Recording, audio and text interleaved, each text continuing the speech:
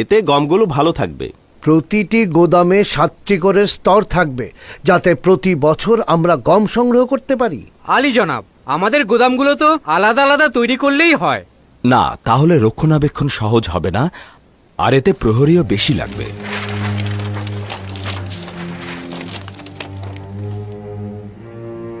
সম্মানিত প্রশাসনিকগণ, লক্ষ্য করুন, একই সময়ে গুদাম তৈরি, নহর তৈরি ও নীল নদের উপর বাঁধ নির্মাণ কাজ শুরু হবে, যেন নীল নদের পানি বিস্তীর্ণ এলাকায় সরবরাহ করা যায় এবং বিশাল এলাকা জুড়ে চাষাবাদ শুরু করা যায়।